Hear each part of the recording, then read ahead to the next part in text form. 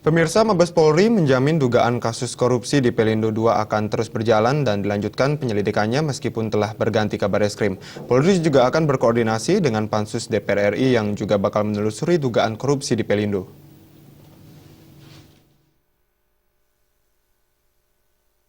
Dugaan korupsi di Pelindo II yang diduga melibatkan petinggi pemerintahan negeri ini dipastikan bakal terus dilanjutkan oleh Mabes Polri.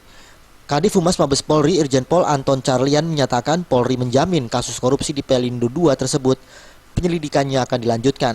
Di kasus Pelindo sendiri diduga ada unsur politik dalam pencopotan mantan Kabareskrim Komjen Pol Budi Waseso yang saat itu tengah menyelidiki kasus di Pelindo tersebut, sehingga membuat DPR harus membuat tim pansus guna mendalami kasus korupsi di Pelindo.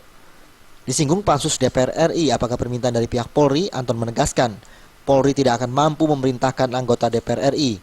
Menurut Anton, itu merupakan inisiatif dari anggota DPR sendiri untuk membuat pansus guna menguak kasus yang disinyalir mengandung unsur politik. Nggak lama, justru ini pun juga kan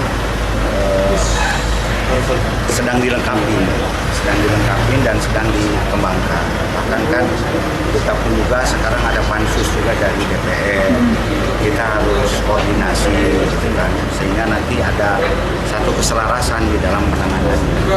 Kalau dari Mabes Polri dengan adanya pansus ini merespon baik atau gimana Pak? Apa mau saya kira harus kerjasama, semua juga harus kerjasama.